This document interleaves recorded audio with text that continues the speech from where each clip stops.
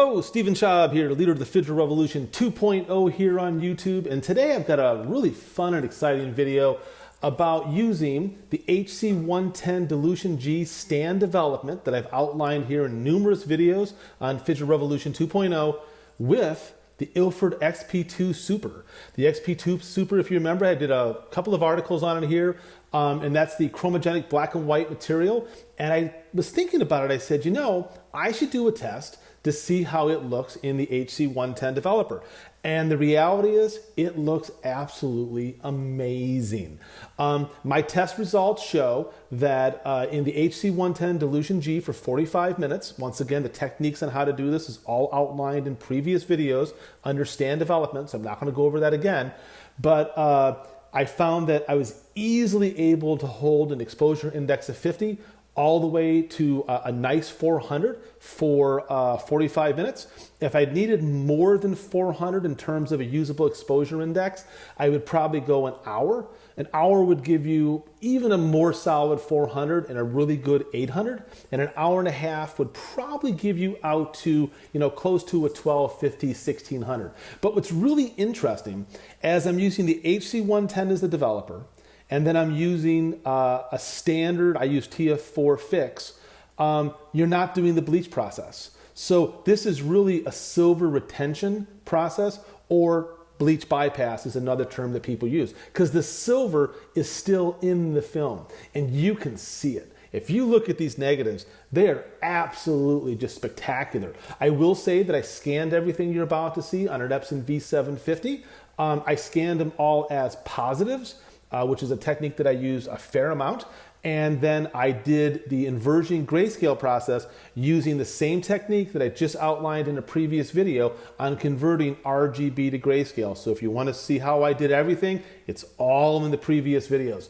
So let's take a look at the first image here. This is the XP2 Super at an exposure index of 50. So this is, you know, the low end of exposure indexes according to Ilford.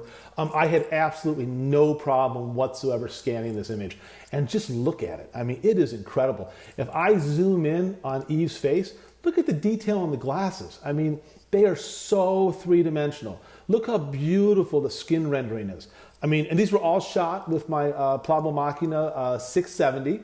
And I think this was shot actually like at f2.8, so it's really shallow, maybe f4, really shallow depth of field, but the clarity, the dynamic range, the tonality, it's beautiful. And yet it is very different looking than the previous tests we did with XP2 Super. And the reason is, once again, this is bleach bypass. This is silver retention. That's a very different process than doing the XP2 Super using the Blix or bleach fix combination.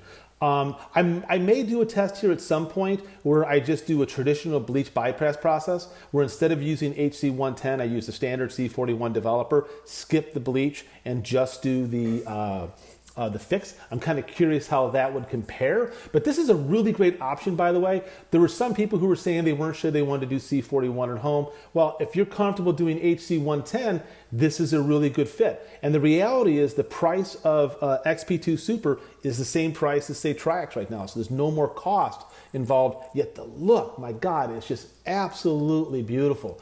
If I go over to the next image, which is XP2 Super at 400, once again for 45 minutes, it looks really great. And just like normal XP2 Super, you can see at 400, the shadows are just starting to crush just a hair, but I think it looks amazing. It's really open, the clarity, the grain is still incredibly fine. I'm zooming in on her glasses at 400, and look at how beautiful the skin tone is.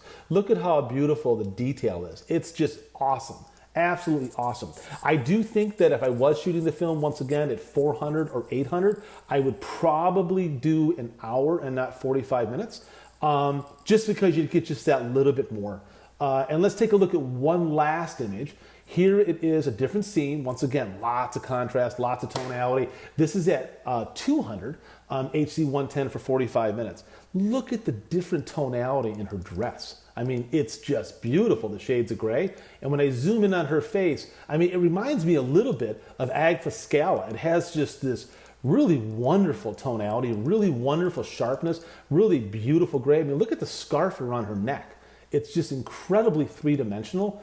So all in all, what I'm going to say is, XP2 Super with HC110 stand development as outlined here on the Revolution for 45 minutes is an absolute winner. And the fact that you get to do a bleach bypass with it gives, once again, XP2 Super a slightly different look, which I think is really great. Once again, we're just showcasing the flexibility of what these chromogenic materials can do in the hybrid digital workflow. So if you want to give this a shot, go for it. I'm going to try to do a test here when the sun comes back out, which is not going to be today, of maybe the Portra 400 doing this process. And I'm also going to try to do a test where I once again use C41 developer in a bleach bypass situation and see if the developer is lower in contrast. That is, the one thing I will say is that the negatives obviously are denser than your standard C41, and this makes sense because there's silver still in the film. It has not been washed out. Once again, silver retention, but it was still very easy to scan.